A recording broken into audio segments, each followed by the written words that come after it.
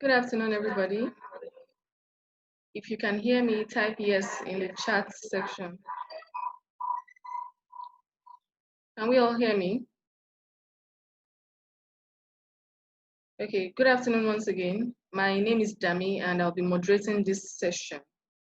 I welcome you all to this webinar tagged Result-Driven Strategy and Leadership Development. It promises to be an exciting and educative session as our facilitator will be addressing a lot of issues on leadership and how to drive results in organizations and businesses. Before we start, I would like to share a few slides and introduce P4PE Limited.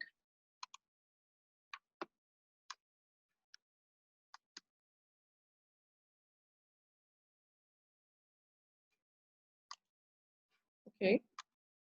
I would like to inform you all that this webinar is powered by P4PE Institute. P4PE Institute is a provider of cutting-edge solutions that advances business growth and human resource strategic talent management, leadership and organizational development in Nigeria and in West Africa. I would like you all to know that P4P Institute offers a host of services such as business solutions, as you can see on the slide, HR solutions, career solutions, entrepreneurial solutions, and a host of many others. Today, our facilitator is Mr. Joel Umeke, and he's a vibrant strategic HR practitioner and a professional with deep experience in linking business strategies, people, and performance.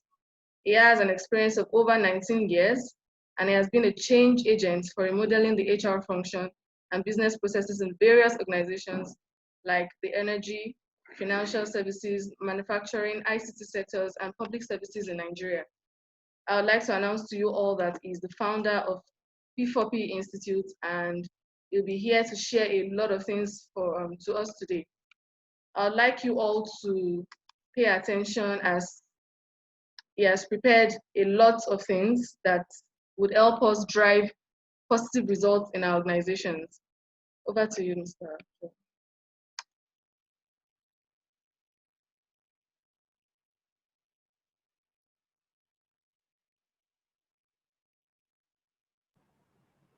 Okay. Good afternoon, everyone. It's nice meeting you today. I'll just share my slide briefly.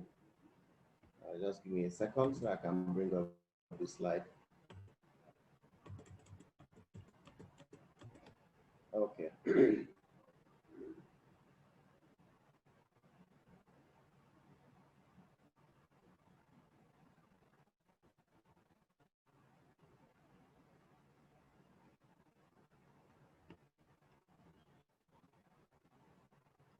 Okay, so I hope you can see the slides now.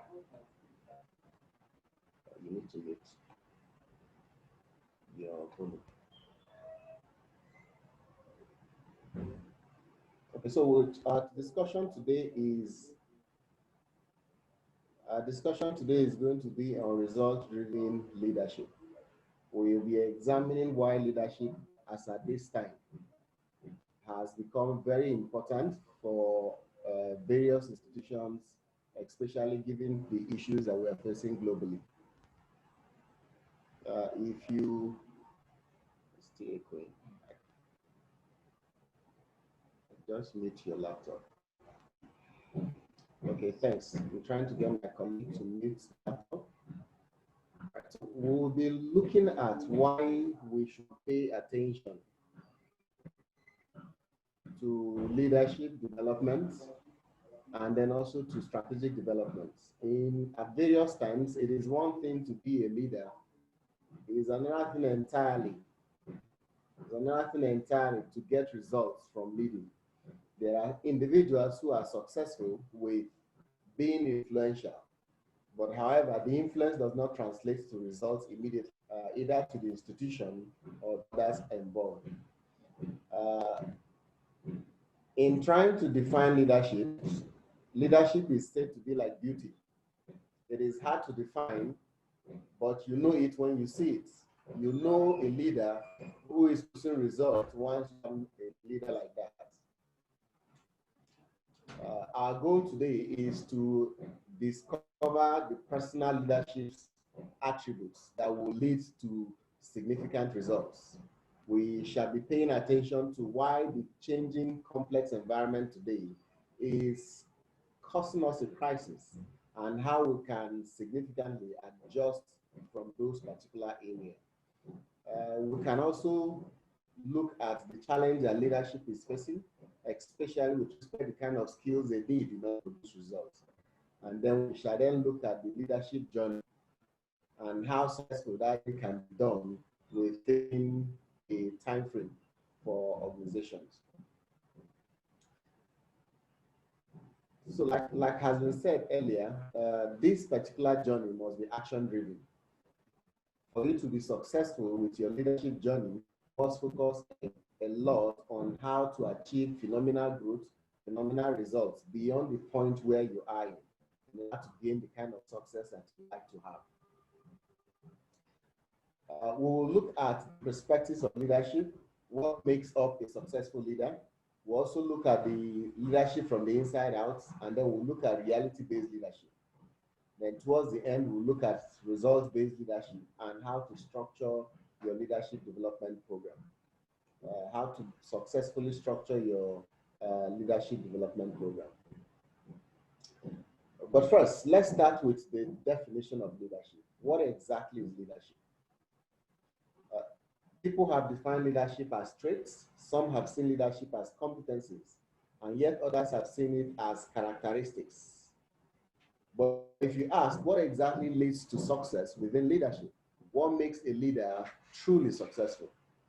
If you go to Google now and type the word leadership, you will get over 1 million responses, actually 16.8 million responses from Google. You go to Amazon and type leadership, you get over 300,000 books on leadership. So technically, there are more definitions on leadership, or there are a lot of definitions of leadership, as much as the authors that exist that have written on leadership. So if I ask you, and this is the time I engage you, what will you say is the definition of leadership? Please type. Chat me. What will you say is leadership? What will be your own definition of leadership? I welcome your response now. What is leadership?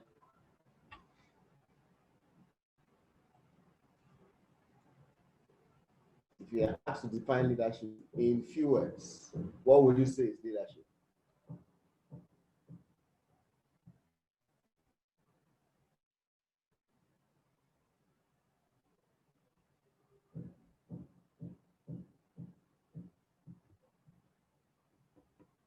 What will you define as leadership?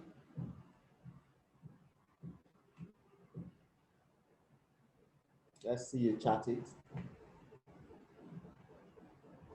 And if you can't chat where you are, you can raise your hand. I can invite you to speak.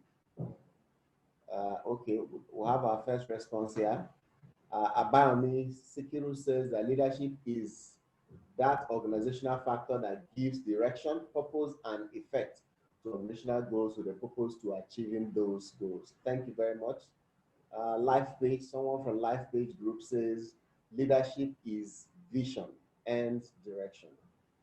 Thanks. Temitayo Shadam says that the ability to influence followers in a goal-directed way is leadership.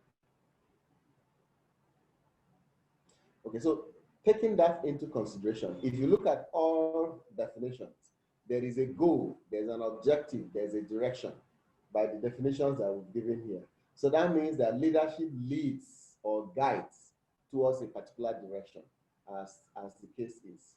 Chinedu says that it is unlocking the organizational and people potential through a system of decision-making and guidance. And again, that indicates that there is quite a lot of results that could be gotten from the leadership potential.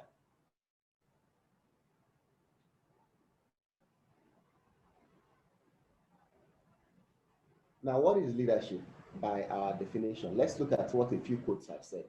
Peter Drucker says that a business short on capital can borrow money. If you don't have money, you can go to a bank and borrow money and they will give you money. but a business short on leadership has little chance of survival. So what Peter is saying is that leadership is the bedrock of success in those particular organizations. Leadership is practice, not much in words, as it is in actions and in attitude also. And that's Harold also. And another definition we have on leadership says getting extraordinary performance out of ordinary people. Again, Sir John Harvey Jones. These three have looked at leadership from various definitions. There are two quotes on leadership that I really like. One here says, a true leader has the confidence to stand alone, the courage to make tough decisions, and the compassion to listen to the needs of others. That means leadership is not popular. Leadership, it means that there are days when you'll be required to stand alone, to be different from every other person. It also says that it is the courage to make tough decisions. That means leadership is not for the faint-hearted. If you're on leadership, if you're on a leadership desk, you must make difficult decisions. It also says leadership has a heart. It pays attention to the needs of others, as the case is here. There's another quote here from James Cook. He says, the man who wants to lead the orchestra must turn his back on the crowd. This is interesting. Because if you're going to lead the orchestra, you don't face the orchestra. Have you noticed that you don't face them? You back them while you lead them. So how do they know your instructions? It takes a lot of leadership style, leadership experience to be able to lead from such a position within an organization. Now, I have thought about leadership for a while, and I've done a lot in the leadership space, and I have come to a conclusion that this, for me, captures the leadership definition as much as possible across various areas. And so leadership in terms of definition is the ability to get other people to follow you and to willingly do what you want them to do while working together and efficiently for a common goal. Let's take note of the colored words. The first one says leadership is an ability. It means that you need to have something inside before you can live outside. So something must have been put inside you in terms of experience, in terms of knowledge, in terms of competence, in terms of certain traits and abilities, all right, before you'll be able to lead. It also shows that leadership is influence. Because for you to get other people to follow you, you must influence them. And besides following is willingness. People can follow you under duress, but it says that you have to get people to follow you willingly. Then you know you're truly leading. Now, when you lead, most probably you will not be leading one person only. You'll be leading more than one person, most probably a team. Leadership is members of the team and working together. So there must be sync, there must be unison, there must be togetherness within that particular team. They must work together in order to achieve that one goal the organization is pursuing. So check very well and reflect back. How many of your executives, leadership individuals, would you say have the ability to lead? Do you have the ability to lead? Are you influential? The people you're leading, are they willingly following you? Are you getting the kind of result you expect to get from your team members? Is there sync? Is there unity within the team? Is there team bonding? Is there team spirit within the team in order to achieve results? This is why you cannot separate team spirit, team results from leadership. Where a team is winning, most probably there is a successful leader within that particular team. Now, having said that by means of definition, let's now look at the 4 perspectives of leadership. These 4 perspectives says that leadership can take any of these perspectives. I'm going to start from the bottom. The first one is that leadership is a person. Okay? So it is who you are that makes you a leader. And so people follow you because of who you are. Maybe because you're charismatic, maybe because you're the son of someone, maybe because you are the person that provides certain things for them. So people follow you because of your personality. Sometimes they call this charismatic leadership. So people will follow because of the charisma the person exudes to them. The, the third reason people may follow you is because of the position you occupy. It's because of the authority you have. It's because of where and when you operate from. That's why people are following you. The office you occupy, people follow you. People are afraid or are excited because you have a title behind your name. So you are MD, you're ED, you're general manager, you're executive, you're the head, you're the manager. People follow you and listen to you because of those titles, because of those positions you occupy. Note that sometimes a lot of people who occupy positional leadership are not qualified in terms of leadership personality, in terms of leadership style to be able to lead. Some were privileged to be pushed to that particular position, maybe promoted into it, or they had a godfather that put them in that particular position. And so they didn't build the competence and the capacity. Remember in our previous definition, they didn't build the ability to get people to follow them and then produce the kind of results that is expected at that point. So that's the thing with leadership. You may have the position, but you may not have the trust and the respect of the individual who you are leading. All right. Now imagine someone who has a personality and has the position. That's a fantastic combination. So the person is very good, he's charismatic, he speaks well, he engages very well, he exudes the confidence required of the position, and then he occupies a seat of power. That's a good combination. That person will lead relatively very well. But there's another thing to pay attention to leadership. There's a second way to lead. The second one is respect for the process. Some individuals lead because they know how things work. It is how you get things done that makes you a leader. Because of the way you put things together, people just respect you. They like the way you add things together. You things. You follow, you're methodological in the way you do things. You are process driven. Step one, step two, step three. Each time things come to your table, you are breaking them down into steps, into a process, and things work smoothly that particular way. So people tend to defer to you because you have things right. You have things working right at your own end at that point in time. So that's the reason why people follow you. Again, I say, now imagine a leader who has the personality, who has the position, and is process driven. As a superb leader, he's going to get beautiful outcome in the things he does because there's clarity about what he's doing. He has the authority to do it, and he has the personality to drive it through also. Now, the number one leadership perspective is results. It doesn't matter your person, it doesn't matter your position, it doesn't matter your process. If at the end of those three, you do not achieve what was expected, now of what use have you been leading?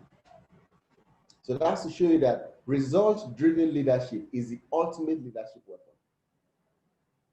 The question is, what results?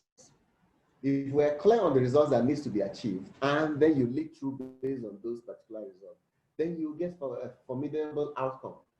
And then add to it the process of getting to that particular result, the position you occupy, the authority you have in delivering that particular result, and the personality you have in getting the results that you want. These four perspectives, please put them in view regularly. Whenever you see a leader and they are discussing a leader, ask yourself, which of these four perspectives is the leader using to direct things, to achieve the things he's doing? Is it result-driven? Now, don't get me wrong. I am not saying that results is the only way that a leader should have. Because, I mean, if a leader is focused on results and he doesn't have process right, it's only a matter of time he will not get the results always. If a leader is focused on results and doesn't have the personality, then he will not be so influential. His influence stops only on the results he's able to deliver. People will say, I like his result, but I don't like his person. And then, of course, there are days when you meet bottlenecks or roadblocks, and your results, your process, and your personality may not get you across those particular bottlenecks. You will need your position. You need the authority bestowed upon you by the position you occupy. So all four have their place and their play in getting results through in any institution. So those are the four leadership perspectives. I'd like to illustrate one of them a little bit. Let me take the person. the person-based leadership. Some time ago, about 3 centuries, about I think it's 300 years before Christ. There used to be one emperor, Emperor Liban, and that's his picture there. He held a banquet on consolidation of the China surrounded by nobles, okay? And he brought all his nobles, the military and the political experts together in order to celebrate on the way he has been successful in consolidating all the lands around that particular place. One of the guests asked Chen Sen. Chen Sen is a military expert to Liu Bang. He asked him, why is Liu Bang the emperor? Why not another person? Why did we choose Liu Bang? And Chen Sen asked, what determines the strength of a wheel? Remember your wheel, the bicycle wheel, the flywheel? What determines the strength of a wheel? And the guest says, well, the strength of the spokes. And Chen Sen agreed. However, two sets of spokes that are identical in strength do not necessarily make the wheels identical in strength. It doesn't make the wheel work correctly. The strength was also affected by the spaces, the spaces between them, between the spokes, and also the way it was positioned. It says the person who is responsible for determining those spaces and aligning it properly is called the wheelwright. What does it mean by the wheelwright? The wheelwright, like you can see in the picture here, this man here, you can see my cursor, is the person who is trying to arrange all the spokes in order and positioning them very, very well. The spokes on their own, no matter how tough and strong they are, do not make a wheel. They need a wheelwright, who is the leader, in this case, the emperor, to put them together in their various areas to achieve that particular result. So leadership is the art of the wheelwright. A leader does not have to be an expert in everything. In fact, sometimes a leader doesn't have to be an expert in anything. But he or she does have to be an expert in wheelwriting. He must be very good at crafting people, ideas, and things so that he can orchestrate them to produce the results that he wants to produce. If we go back to our definition initially of leader, we said he has the ability in order to get people to follow him willingly, to work together as a team, and to successfully deliver results. That means his job as a leader is not to do the work, but to get the job done through others, through the people that he's working. So the spokes represent the things, the skills, the resources that organizations need, but these are insufficient in themselves. They matter only to the extent to which someone else holds them in place and decides where to put them and lead them successfully. It requires the distribution of leadership throughout the entire institution before you can get that particular kind of result. In summary of what we've said so far by means of definition of leadership, we say that leadership counts, or what counts as leadership is essentially contested. A lot of people have different definitions of leadership. We also say that results are important, but more important than just results is which results and who sets those particular results. You can reward results, you can also reward visibility. Choice is yours. However, it is best to reward results because then it will be repeated regularly. Then there's also the limits of logic and the role of emotion. Leadership can be logic, like process driven, but there's also emotions in leadership, like the personality that you bring to bear on that particular leadership. All right, and then leadership must be contextualized. The leadership style in one environment will fail in another environment. So you must be careful in your choice of style when you deploy your leadership roles. And then leadership can be sacrificial. There are days when you're a savior and everybody celebrates you. And there are days when you have to stand alone and become the scapegoat for every other person. So leadership has to be collective, but responsibility has to be to an individual. There must be one person that directs things within a team. Again, there are different schools to that says you can have disparate leadership, you can have social leadership, but at the end of the day, we always defer to a committee, and in that committee, there's always a chairman. So there's always someone who leads what happens at that point in time. So leadership, like power, is relational. It is not a possession you hold forever. So you can be in a position today, tomorrow you will not be in that position again. Hence, there is need for you to always negotiate your way than bulldoze your way through. Because when you negotiate your way through things, in the future, negotiation is win-win. When you do it win-win, in the future, people will be willing to be influenced by you again, to work with you again and again. And then finally, by definition, I like to quote Warren Bennett. He says that the truth is there is no one factor that makes a company admirable. But if you were forced to pick the one that makes the most difference, you have to pick leadership. His emphasis at this point in time is that leadership actually makes the most difference with corporate success. In any environment where you're seeing success, pause, look inside that institution. You most probably find one, two, or a couple of individuals who are heading those particular results that the organization is getting at that point in time. Now, briefly, let's look at the leadership traits or the leadership styles. What's your leadership style? When you lead, what style do you use? What style do you use? What's your default mode when you're leading? People you have seen who have led, other leaders you've seen, what's their default mode?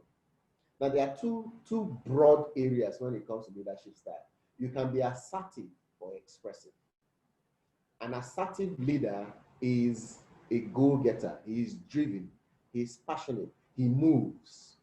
An expressive leader speaks, talks, engages, discusses. And those are the broad terms. But let's look at the boxes inside. You can have a leader that is low in assertion or a leader that is high in assertiveness. You can also have a leader who is low in expressiveness or a leader that is high in expressiveness. Let's look at the first one, systematic. A leader who is low in assertiveness and low in expressiveness is most probably a systematic leader. That particular leader does not like arguing, yet he gets results. He does not like talking too much, yet he gets results. Why? Because he is systematic. Systematic means that he is process-driven. He produces results based on the process that he works with. Most leaders in control environment, auditors, internal control people, they are systematic leaders. They don't argue with you. They don't struggle with you. Once you're done with all you're saying, they bring out the process manual and tell you, according to section this, subsection 12, we're throwing an exception on you. So they are systematic. They follow written down, laid down policies and procedures. Leaders that are policy driven and procedures driven are usually systematic kind of leaders. And you know some of them. Those are the kind of leaders, when you come to talk to them, you say, what does the policy say? Can you please reference the policy and let me know what the policy says at that point in time? So that's systematic leadership. Then there is also, the second one is where you have high expressiveness and low assertiveness. These are called considerate leaders. Considerate leaders are high in assertion, are low in assertion, and high in expressiveness. So they are the kind of leaders that whenever you see them, they act like fathers and mothers. They keep asking questions. How are things going? What do you think? What's the issue? How can I help you with? You have a concern. Okay, no problem. We can always look at it later. So they are always considerate. They are always putting the next person ahead in their discussions, trying to understand what the issues are so that they can work with you to deliver the kind of results that is expected. So they are very considerate. The unfortunate thing with the considerate leader is that people climb over their heads. People take undue advantage of their considerateness. People take their considerateness as weakness and sometimes want to take advantage of them at that point in time. Okay, so you know some expressive leaders who are very amiable, who are very level-headed, who are willing to negotiate their position, to shift their position, to allow the other person to have his way. All right. However, they have to be careful so that they are not taken undue advantage of. Now let's go. There's also assertiveness. In assertiveness, a high level of assertiveness or low level of expressiveness. In this case, the leader is driven, he's pushy, he's almost aggressive, he's always on the move, has less time to explain his actions and what he does. And even when he attempts to explain, the words fail him. He does first before he explains. So he's very direct. He says it, he's very blunt. The way it comes to his mind, he lets it out immediately. And he doesn't, sometimes not considering how the other person may feel at that point in time, okay? So that's the direct leader. Unfortunately, the direct leader tends to create more enemies and makes people dislike him over time because of his aggressiveness, because of his aggressive approach. He's always in the move. And sometimes being on the move, he'll step on a lot of foots, on a lot of people in an attempt to deliver his results. And generally, people may lose energy working with him. Why would they lose energy? Because they will burn out. He drives them to a fault. And so those people sometimes will really burn out. These kind of leaders also have a high attrition rate in their teams. Why do they have a high attrition rate? Sometimes because people could not cope with, because of the high energy that he has and the way he delivers and requests for results and asks for so much at that point in time. The fourth leadership style that we may find is the spirited individual. The spirited individual has high expressiveness and high assertiveness, right? When there is need for him to speak and say his mind, he says it. He's very expressive. He says it. He says it the way it comes to him immediately. But he is also considerate. He's a fine blend of someone who is considerate and direct. He's very direct. He doesn't go in circles. But when he says things without going in circles, he's also kind. He's nice. He apologizes before he says it, but he still says what he wants to say at that point. He's not that kind of person that is afraid of saying something. But when he finishes saying, he tells you sorry, that he didn't mean to hurt you, that he just had to say it. He just wanted you to be in the know at that point in time. Now, these four sets of leadership styles, like we said earlier, comes with their pros and their cons. The question is, for you, which works best for you? There is no one style that is perfect. There's no one style that works in every scenario. Depending on what environment you are in, you choose a different one.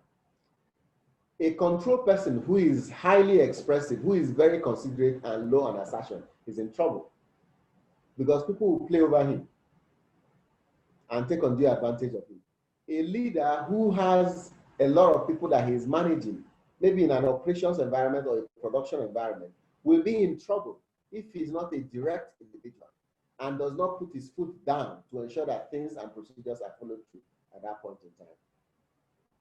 Now, a leader whose voice must count and must be a champion and must be an activist, he needs to be spirited, not direct. When he's direct, he may be a champion, but he can't speak, so he doesn't talk. So people cannot understand why people will see him as aggressive. But if he's spirited, he will stand and deliver and defend why he's saying the things he's saying at that point in time. Now, the best results can come from any one of them, depending on, remember in our previous definition, we said result matters, but the question is what results are we looking for? So depending on the results we are looking for, then we'll choose the kind of leader that we'll need to be able to produce that particular result within the organization. Now, result-based leadership depends on two things. One, attributes. The second one is results. You can get results without the attributes, but it's not sustainable. You may have the attributes, but you will not get results. People will play with you, and then go on and do other things they want to do. So for leadership to be effective, it must be a fine blend between attributes and results at that point in time. Now, attributes, like we said earlier, refers to the ability the individual has. The ability here refers to his style of doing things. It refers to his values, his motives for the things he does, the competencies that he has in the things that he's doing. Those who speak to his attributes. His behavior, his approach, his manner, his style. All of those are attributes. And then each is different. There are some people who caution first and then teach. There are some people who teach and then caution. There are those who praise and then caution. There are those who caution before praising. There are those who discipline before praising, and there are those who praise before disciplining. Your style, you have to choose yours, but it has to be situational also. And then there is also results. When we say results, what do we mean by leadership results? We refer to the set of actions the leadership takes. We refer to the programs that are executed, the projects that are delivered. We refer to the goals that are achieved. We refer to the initiatives that are developed and that they take in order to deliver the results. And we refer to the strategy execution. Most times, strategy fails. In fact, 90% of organizational strategies fail. And the reason why that level of strategy fails is the absence of sufficient execution, the absence of results in those particular organizations. So there's a lot of attributes in those organizations, but result is weak. And so strategy fails within those particular environments. Now let's look at exemplary leadership. And this was by Jim Cox in his book, The Leadership Challenge. He wrote very clearly that there are 5 practices if you need to be successful or exemplary with your leadership. The 5 of them include your modeling the way, you're inspiring a shared vision, you're challenging the process, you're enabling others to act, and you're encouraging the act. Modeling the way, find your voice by clarifying your personal values. Set the example by aligning actions with shared values. Finding your voice means that you must be upfront about your value system. You must state very clearly who you are, what you stand for, what you represent at any point in time. You must align your actions with those particular values. You cannot be preaching one thing or saying one thing and doing another thing. It will affect the kind of role model people will see. People would like to see a role model that speaks and walks what he has said. So speak it and then live by that particular example, and then you will get the kind of results that you expect to get at that point. 2, in delivering exemplary leadership practices is to inspire a shared vision. Let it not just be the leader's vision, because some leaders get into that particular trap. They go in their quiet time, design something, bring it out and give the organization and say, organization, people, this is the way we are going, let's move. Without carrying the people along, you must inspire a shared vision to be able to produce that particular result. Envision the future by imagining exciting and mobilizing possibilities. You need to enlist others in a common vision by appealing to shared aspirations in order for you to get the kind of results that you expect. So think into the future, see the future, and then get others to buy into it. Sell the vision to them so it appeals to them. They share in the aspiration of that particular vision, and then we can pursue that vision together at that point in time. Then 3, challenge the process. Challenge the process. Search for opportunities by seeking innovative ways to change how things are done. Grow your teams and improve what they are doing within the organization. So as part of challenging the process is you must constantly look for alternatives. Search for opportunities by delivering and looking for the best ways to be able to achieve that. Then also you must experiment. Be ready to take risks. There are some leaders that do not take risks. They are afraid of taking risks. And so they maintain the status quo. They are very, very static with the way they do their things. They are very conservative with the way they do things because of either the fear of the unknown or they do not want to spoil what was working already. And some people say, don't change the winning team. Since the winning team is winning, let's leave them that way. Let them continue to win. But you need to challenge the process of that particular winning team to see if there are ways you can improve on their processes so that they can continue to get better results within and outside that organizational framework. If you make mistakes, learn from the mistakes. There's always room for improvement. Nobody is born perfect. However, people remain in their low level if they do not continuously improve themselves. They learn from the small wins at that point. Then the last one is to enable others to act. You need to enable others in order to be able to act. Foster collaboration by promoting cooperative goals and building trust. You must get your team to work together. Let them collaborate. Let them work hand in hand and promote peace. Promote the goals of that particular unit at that point in time. and then enable them to act. Strengthen others by sharing power and discretion. Let them have the beautiful results that they can get. Get everybody to receive that kind of results as much as possible within the organization. So strengthen others. Get others to have results as much as possible. All right? Then enable others to act by ensuring that people get the same opportunities they are supposed to get within the organization at that point. Then encourage the hearts. Recognize contributions. Those who have contributed, who have pulled their weight, who have helped you to produce results. Say gratis. Show appreciation. All right? Show appreciation by giving gifts. Show appreciation by praises. Show appreciation by pats on the back. Use your leadership power.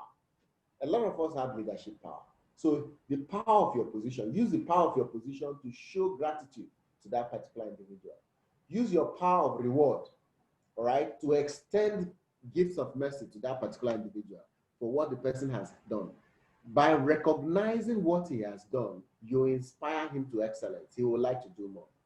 Celebrate the values and the victories of others by creating a spirit of community. So if one person has delivered a result, get the team together. Let's celebrate. Let's high five and celebrate the results that the team has gotten at that point in time. And let everybody work together as one for us to believe that we can do better. We can continue to get the same result. And the beauty of celebrating one person in the team is it inspires the rest of us to rise to the occasion, to do the little we can within our space. And you don't need 100% improvement by everybody. You just need 1% improvement from 100%, and you have 100% improvement. If everybody improves by 1%, that is, get one thing right, you have 100 things working right within the organization. So the question for you and your team, how can you live exemplarily within, for these practices that we have mentioned here? How do you demonstrate that you are living these practices? First, model the way. Find your voice, set a good example. 2, inspire a shared vision. Envision the future, look into the future, peer into the future, and get others to join you on the journey of that particular future. Challenge the process of doing things. Search for alternatives, new opportunities, vistas that can help you to improve what you're doing. And then experiment, take risks, and learn from those particular risks. Enable others to act, foster collaboration, and strengthen others for them to be able to deliver the results you expect them to deliver. Then recognize the contribution of others. Then celebrate their values. If you do this, you have a formidable team that are producing the kind of results that they want. You will get this material. When you get this material, I'd like you to take this activity. Ask yourself, how are you modeling the way? What have you been doing in order to demonstrate that you're practicing this skill? Okay? How have you inspired a shared vision in your team? If you don't have a team in the office, how about at home? How about in your religious environment? How are you living at those places? How do you challenge the process? How do you enable others to act in order to produce results? And how do you encourage the heart of people? So list it down. Write down 2 or 3 things that you do in this particular area. And you'll be amazed by putting pen to paper how much you're able to realize that there's a lot to be done in order for you to be the symbol of leadership that you truly like to be. Now, Aristotle, another respected individual, during his time spoke a lot, and he says that anyone can become angry. That is easy. But to be angry with the right person, to the right degree, at the right time, for the right purpose, and in the right way, that is not easy. Now, this is deep. Sometimes you get upset. When you get upset, did you get upset to the right amount? Or did you get upset to a point where people are looking at you and say, what is even doing this one? Is okay now? Or do you get upset to a point where you're angry and you're not angry enough? People are saying that if I am him, I will have done more than what he did. So to what degree? That's what Aristotle is asking. To what degree of annoyance? To what degree of response are you doing? And did you get angry at the right time? Did you get angry for the right purpose? All these things that we're talking about here are speaking to what we refer to as emotional intelligence. Everybody gets flares up from time to time. Everybody has swings of emotions. But how you deal with those emotions is what defines the leadership in you. And according to emotional intelligence, it is your ability to acquire and apply knowledge from your own emotions and the emotions of others, so you can be successful in leading a more fulfilling life. You can be successful in assisting others to lead a more successful life. Now, there's self and there's others. For self, there's awareness or there's action. Self-awareness, who are you and what are your potential areas of development? Some people say, I know myself, I am okay. Once you say you are okay, then you are not aware of yourself. Everyone has a gap. Your being self-aware helps you to identify the areas of improvement within yourself. Now, when you are aware of yourself and your areas of improvement, then you can self-manage. You can take actions in order to address those gaps and use what you know about yourself to live a better life. How can I self-regulate my emotions? If you're the kind of person that once something happens to you, you react immediately, you jump immediately. How can you learn to calm down? How can you learn to practice inner peace when you're in trouble, when you're agitated, all right? So that you can be right and effective in whatever it is you do. It is not easy, but it is possible for you to have full control of yourself. And it is very, very key. The Latin expression says, know thyself. If you know yourself, you'll be able to manage yourself very well. Now, you also have to be aware of others. Now, when you're aware of others, we refer to that as social awareness. How can I transcend my perspective so that I can understand and value others? How do I show I understand others, that I value others? How do I show that I understand them? I know their issues and their concerns. Then how do I manage the relationship with them? How do I take action based on what I know about myself and what I know about the other individual? Manage the relationship between the two of us so we can have a successful relationship. How do I build teams and create constructive work relationships? Or are you the type of person that within your team, you can't really work with the rest of your team? It's difficult for you to cope very well with everybody. Or you have camps, you have individuals you created friends with. The rest persons, you can't talk to them, you can't work with them. The only relationship you have with them is yes, no, work related, and that's it. Please, can I have this? And they can't tell you, please help me to do this. You can't also tell them, please help me to do this, because there is no relationship. There is no mutual working relationship between the two of you. And that actually affects the way you're able to produce results. All right. So that's why emotional intelligence at that point in time, it's important for you to learn it and achieve very well. When you get your material, you look at the other slide. Now, for you to be able to use emotional intelligence very well to your advantage, you have to manage your energy. In reality, time management, time is the currency life is measured in. Everybody's life is measured by time. Your experience is measured by time. Whenever you speak, you say, I have 10 years experience, I have 20 years experience. You're referring to time. How old are you? You say, I'm 20 years, I'm 30 years, I'm 50 years. You're referring to time. Everything in this life is measured by time. If possible, the currency that we should be exchanging amongst all human beings is time. So if I give you 1 minute of my life, when you say, please, can I talk to you? What you're asking for is my life. You're asking for a percentage of my life. And when I sit down to talk to you and I finish speaking to you and you do not show gratitude and you walk away, I feel I have wasted my life. So manage your energy. What area are you doing well? And in what areas are you not doing well? Why are you doing well in those areas? Why are you not doing well in those areas? What are the life areas that you need most to concentrate on improving right now to ensure you get the best results? And what is holding you back from improving those areas? What's holding you back from striking the balance? If you're able to identify areas in which you need to improve and establish actions to improve them, you will manage your energy very well and you'll be a great leader, an action-based leader who produces results very well. Now there's a graph here. There's a graph in front of you that shows you the energy balance graph or map. You can use it to also write up your own. Look at it very well. We have listed there mental balance, physical balance, character balance, family and relationship, career, financial, adventure, spiritual, and then community of volunteering. How balanced are you in this area? Ask yourself, what is your contribution in those particular areas? Do you feel that you have mental problems sometimes? Sometimes we feel that, that me, I cannot have mental problems. I don't have mental problems. But there's a statistics that shows that 66 million Nigerians have mental, is it 66 million or 66%? But let's assume it's 66 million Nigerians have mental problems. 66 million is 1 in 3. That means out of every 3 persons you see around you, 1 person has some level of mental problem. And this clinical psychologist has proven it that every human being has psychological swings from time to time. If this is true, check where you are listening and watching this particular webinar right now. Are there more than 1 of you there? If there are up to 3 of you there, 1 person has mental problem.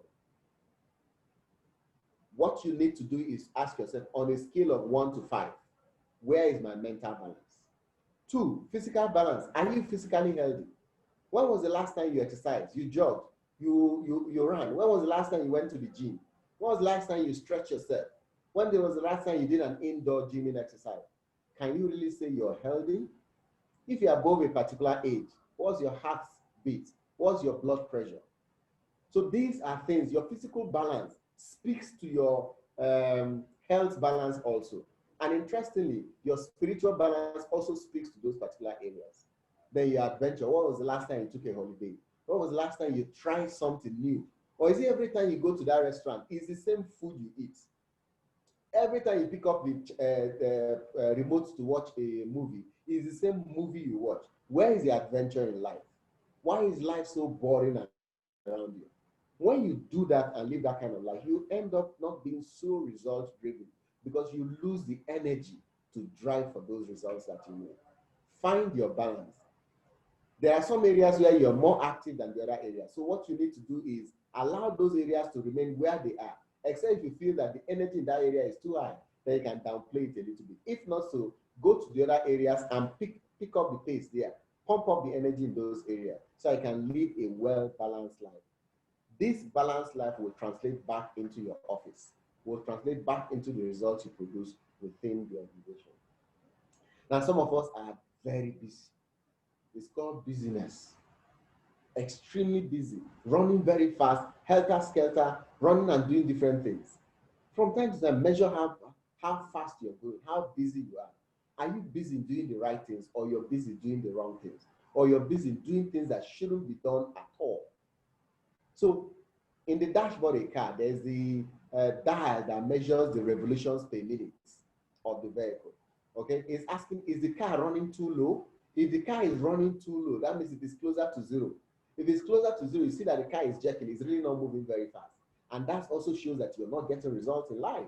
You're not getting results at all because your RPM is very low.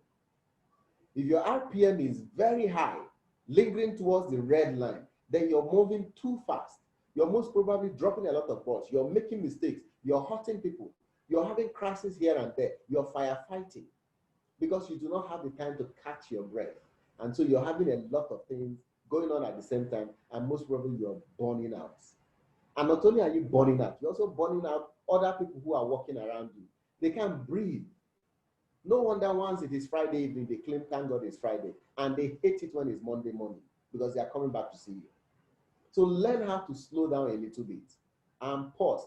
Tap on the brakes a little bit. Drop that revolution a little bit so you can catch your breath and ensure that there's excellence in what you're doing and your team are still with you in the process and what you're doing so you can deliver and get the results that you want. Then you also need to maintain your leadership tank, your leadership spirit tank. So that's just like the car is fueled. You must also maintain the right level. Okay, are you operating at a low level or at a high level? Are you operating empty?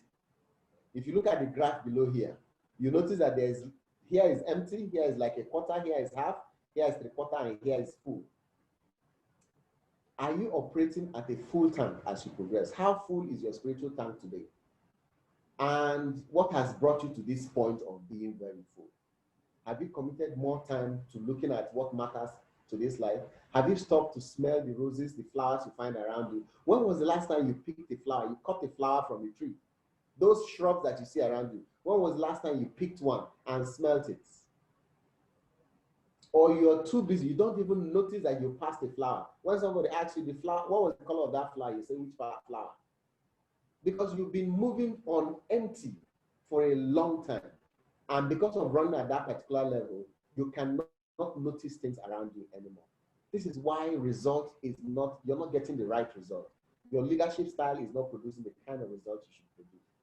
Now, what will fill your tank and give you fuel to be really an authentic leader for the growth you need and for the actions you need to take in order to achieve those particular growth within your organization, within your business, within your environment.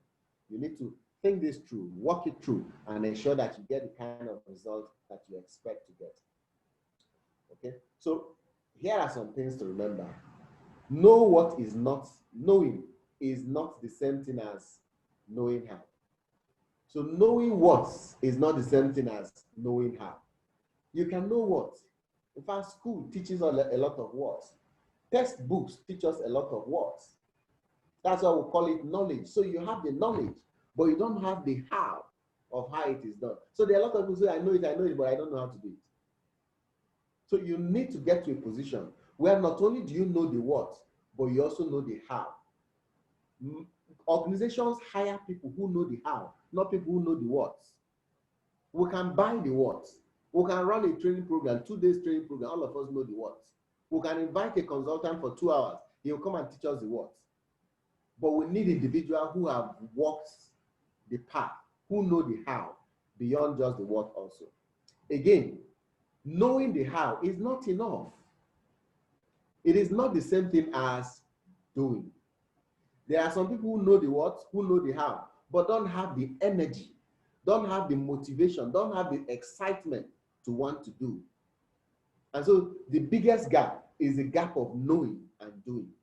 Did you notice that the first two, knowing what, knowing how, is all about knowing?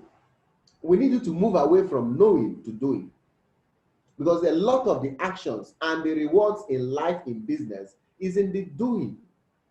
Until you perform, you cannot get the kind of results that you want from it at that point in time.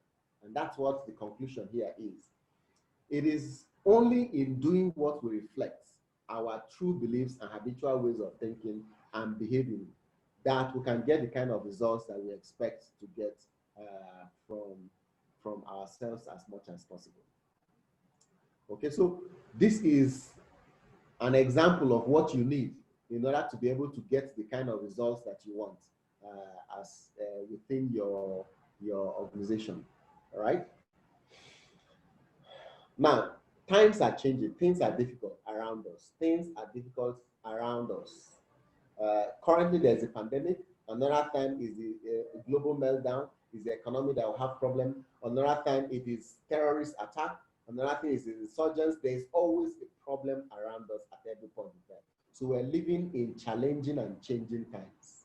In such a time, lead first before you manage. Leading means that you lead with your heart, you manage with your heart, you pay attention to things that are around you, you pay attention to people because people matter. People are going through a lot of crises today.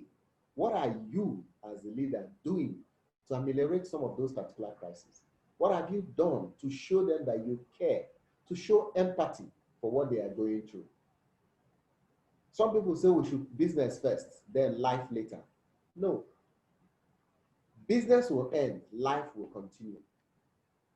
And life is what it is today because of the things we have around life. Note that in life you have family, you have friends, you have faith, you have community, then you have yourself. These 5 individuals has nothing to do with the work. They are bigger and heavier than the business and the work we're doing. But if you're able to strike a balance and lead first, then you'll be able to deliver the kind of results that you expect to deliver at that point in time. Okay, so I'm just going to move forward a little bit so I can, I can share some other thoughts that will help us in this area. Before I share this, let me just look at this slide. Now, how do you lead for performance? How do you drive for performance? There are 3 approaches that you can do. First, you can lead by monitoring and managing the inputs and activities. The input and activities is that success is measured by your expenditure, all right? the extent of activity you put into place. How much did we spend in doing something? If we spent less than what we plan to spend, then we say we're successful. Then you say leadership has produced results because they saved money. That's one way to lead, by saving. The second way to lead is by outputs, not so much of the input. We don't care about the input. Let's pay more attention to the output. Success is measured by the extent of the goods and services that were delivered. To what extent did we produce the results that we expected? Or if you want to be scientific about it, what is the ratio of input to output? What percentage of input was used to produce X percentage of output? Friends in accounting and in project management will be interested in that, which then says what is the resource utilization at that point in time. Then the third way to measure leadership performance is to look at outcomes. Success is measured by the effects, the impact that we achieve, and their sustainability. What were the concrete agreements that we arrived at the end of what we produced? How did the customer feel? What was the customer's experience? It's not about the product he walked away. What was the experience he had from the service and the product we given to him? What was it like after 6 months of delivering it to that particular individual? Is there quality? Are there possibilities of improvement? These are outcomes. And you'll agree with me that outcomes are better than outputs. You also agree that outputs are better than inputs. So let's pay more attention to the outcomes than the outputs. Interestingly, the input refers to the resources that you use to produce your outputs, while the outputs are products, services that were delivered.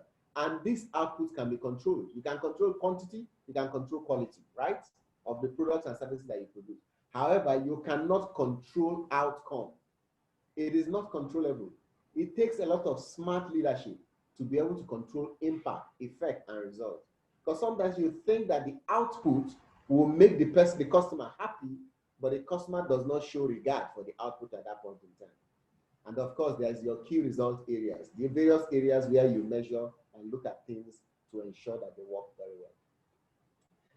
Now, your result-based leadership drives continuous performance improvement. Performance information of RBL is essential for you to have capacity build. You cannot build if you cannot benchmark. You cannot build if you don't know where the performance shortfalls are. If you do not do a cost-benefit analysis, you cannot develop. So it will be meaningless to us if we do not have a result-based leadership in place. There are two approaches, but let me just mention one. The diagnostic approach. First, analyze current performance. How are we doing now? Based on your analysis of current performance, then you can identify how to make progress at that point. Then identify critical performance gaps or opportunities for improvement. Work back to identify the variables that need to be influenced on, that is affecting performance. And then begin to prioritize that we're going to do A, tomorrow we'll do B. This month we're going to do C, next quarter we're going to do this. So prioritize, because you cannot do everything at the same time. If not, so your leadership will fail. Then develop a system within the organization for planning and addressing the constraints that you found at that point in time. So from the things we've said so far, are leaders born or are they made? Well, leaders are not born, they are made. And they are made just like everything else that is made, through hard work. For you to become a leader, for you to become a successful leader that is result-driven, you need to sweat it. That's why some people say no pain, no gain. And that's the price we all have to pay in order to achieve our goal or any goal at all. Well, some will argue that they know successful people who were born. I agree with you. So there are a few of them who were born. But the rest of us will have to learn to lead. We have to walk our way through it because we're not given that opportunity. We're not born into that particular leadership mantra. All right. And then those who are able to sustain leadership are those who made it through that leadership process. Now, here is our conclusion as we wrap up. You should develop leadership within your organization. If you're a HR manager, ensure that you have a leadership program in your organization. And to put a leadership program in your organization, I'm going to run through this very, very quickly. Phase one, analyze the leadership needs in your organization. 2, develop a blueprint for addressing those needs. 3, plan the implementation of your leadership. Phase 4, implement the plans in question. And then phase 5, monitor those particular plans to see whether they've worked very well. You may need to work with a consultant to be able to develop your leadership process and then put one in place. Once you do that, you will have a lot of results. What are some of the things you do while analyzing? Identify performance issues, clarify high performance expectations, identify performance gaps or hotspots in the organization. In developing the blueprint, refine, develop leadership competence model. What are the leadership models that is required in your organization? Then define leadership competency elements that you can use to be successful. Then develop your leadership development blueprint. Then you can work with that within your organization. 3, plan the implementation. Establish the project team that is going to work through it. Design and develop the learning solution. Then plan your rollouts for the organization. Then in phase 4, deliver your learning solution. Assign individual and team learning projects. So everybody works together to ensure results within the organization. Then ensure that there is a coach for each individual team for the projects that they are working on. Then finally, in monitoring, monitor individuals and team projects, evaluate their performance, and rectify any weakness areas or gray areas you find. Then do your final evaluation and then do your graduation. Then you have successful leaders within your organization. Give them a platform to work with, and then they'll be much more successful. I invite you at the end of this particular session to be a part of another leadership program, a 3 weeks program that will run for 6 times, twice in a week on Wednesdays and Fridays between 11 and 1 p.m., 2 hours each day. I will be looking at this result-driven strategy. During that session, we shall examine how you build this framework for your organization. We'll see how you can develop a leadership program within your organization that meets this criteria, that ensures that the organization has the leadership they need to deliver the results. Some of the things we'll cover are leadership attributes and what kind of results they produce. We'll clarify the desired results for your organization. Then we'll see how you can develop employee results. Look at how you can generate organizational results. Look at how you can also have customer results and investor results within the business. And then you become a result-based leader within your organization. At the end of the day, you then build other leaders also. You will get bonus toolkits, a lot of videos, progress assignments, and case studies that allow you to succeed in this particular area. Well-tailored leadership program, convenient for you, limited space. Once you're interested in it and you want to register, you contact our colleagues, or you can send us an email, and then we'll be able to engage you as the program starts in another 2 weeks or thereabout, actually 23rd of September. Thank you very much for the opportunity to have spoken to you at this point in time and have gone through this particular exercise and webinar. If you wish, I have a free template here for you to take action. Document the things you've learned from this particular webinar and take action on them. Decide when you're going to do it and how you're going to achieve the result. Practice the result-based leadership that we've said. Thank you very much for your time. I will take any questions that you have.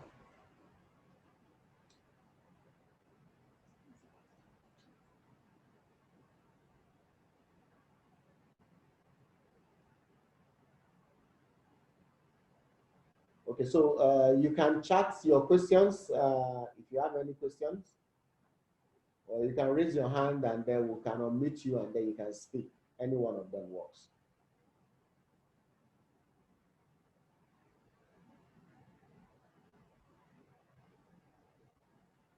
Thank you, Olabode. And thank you, Abayami, also. Thank you very much, Montana.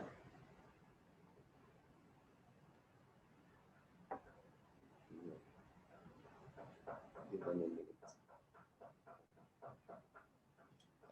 Thank you, Bola. So Abayami says, most times organizations focus on results and monitor results as the sole index of success. Unfortunately, that is myopic. Thanks, Abayami, for that expression. That is very myopic. Sometimes if you focus on results only, you will not understand the things that are driving those results. That's why leadership requires you to be able to go back and configure and ensure you do it with the heart. Results are developed with people, are delivered with people. Work with your team to be able to deliver those particular results. Thank you, Chikere, and thank you, Egaga. Dami, my colleague, will take over from here. Thank you very much, sir. Can you all hear me? Thank you very much, Mr. Joel. It was very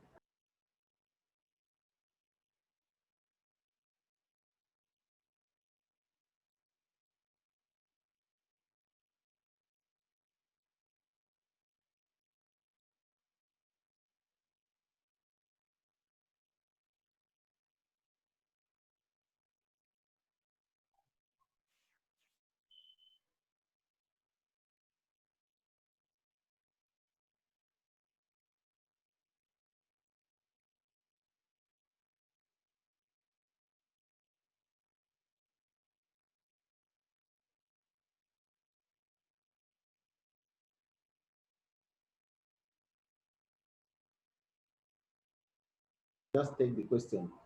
So let me just quickly take one question before Danny wraps up. Okay, so let me take the first question. The first question says, that's from Montana. Can you do a lecture on setting up performance management system? Of course, Montana. Montana, I'm sure I can take that very well. All right. You can chat me privately, or I'll just give my WhatsApp number right to everybody here.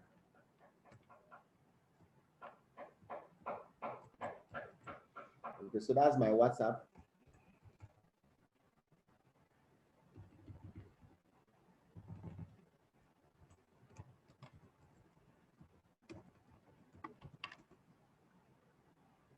So that's my WhatsApp number, and I'll be able to respond to that. Thanks. Olabode says, sir, is it possible for someone to have the 4 leadership styles? So earlier in our conversation, we spoke about the 4 leadership styles. We said based on assertiveness and based on expressiveness. We said there is direct, there is systematic, there is so the four of them that we mentioned at that point, we said each of those 4 areas, there are different ways of dealing with them and handling them within the organization. Each requires different kind of personalities. The third one is being considerate.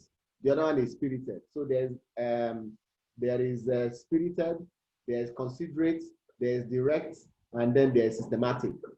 You can have these 4, but you cannot display the 4 equally at the same time.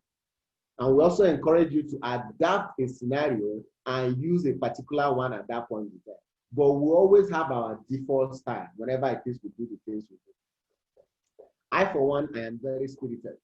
Okay? A bit tilted towards being expressive, but I'm very spirited as the case is. All right? Okay. Oksana says she can't hear anything. Can you hear now? I hope you can hear me now.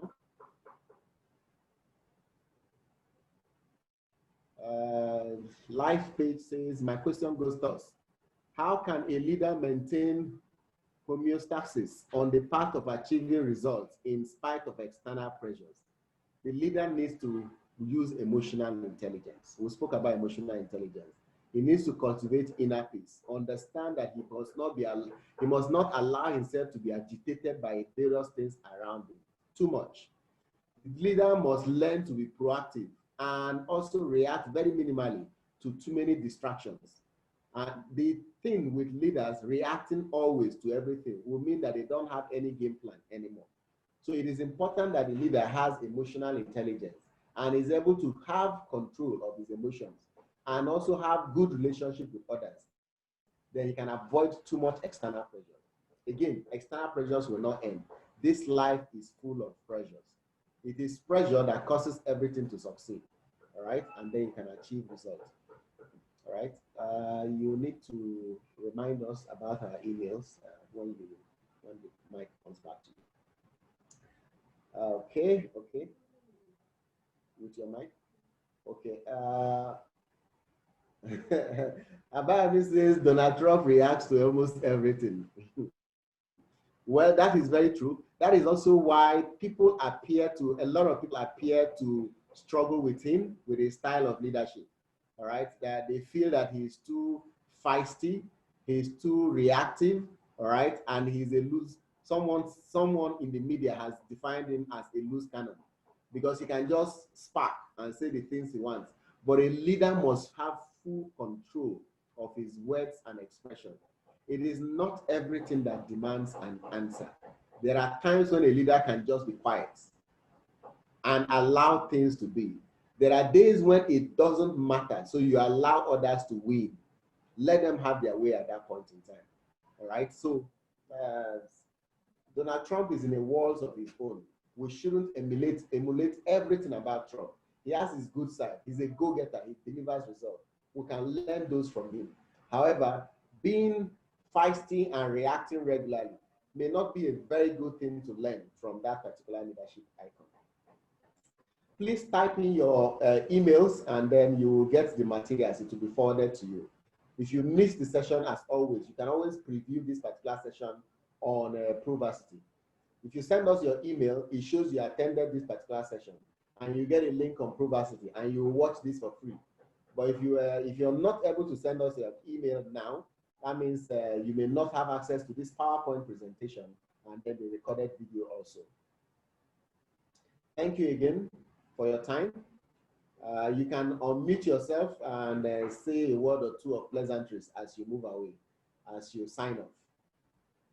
But don't forget to make inquiries about the leadership program. We'll be here to work with you. Thanks a lot.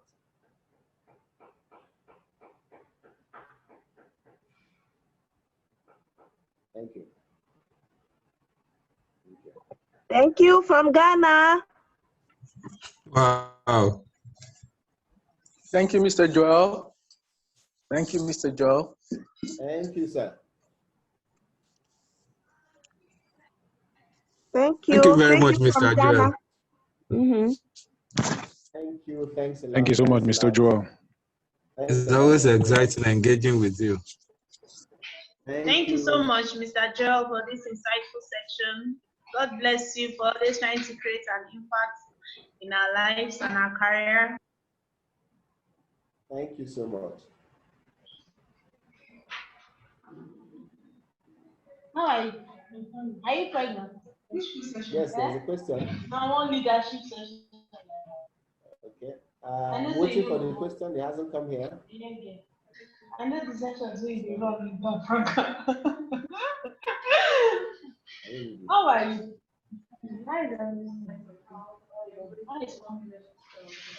Can you cope with this? You know that thing that you are giving is not good for you. That's how you come. You know we care about it. Okay, there's a question here that someone has asked, so I will respond to it.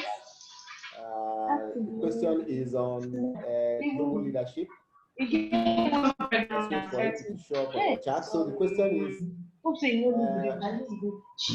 question is leadership style in context. Can we have these other people to meet so we can take this? All right.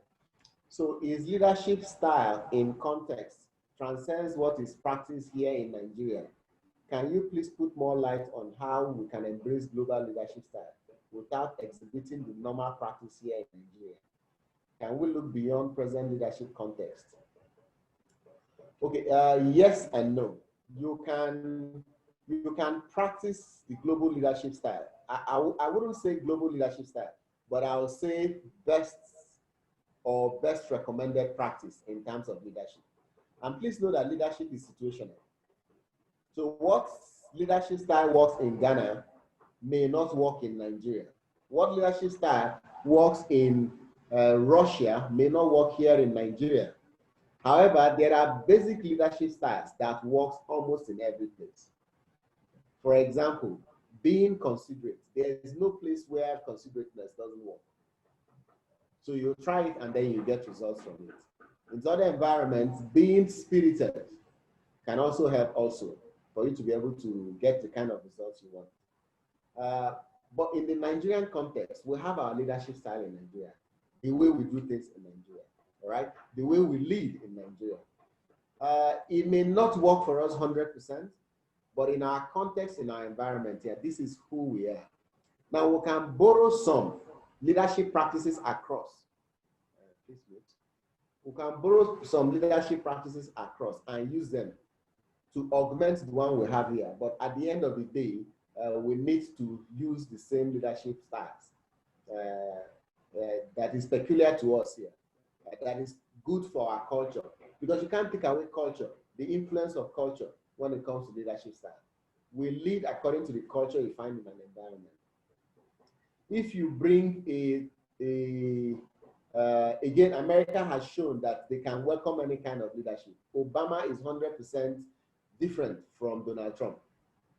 So that means that the people being led can actually adapt. That's a different discussion for another day. Followership. It's a different discussion. You can get followership to adapt to any leadership style. But the thing is that it may not be 100% effective at that point in time. Thank you very much for that question. Okay, thanks a lot. This is where we'll draw the curtains. This is me signing out. Thanks a lot, and do take care. Until our next webinar or any of our virtual interactive classes and programs, it's bye-bye from me.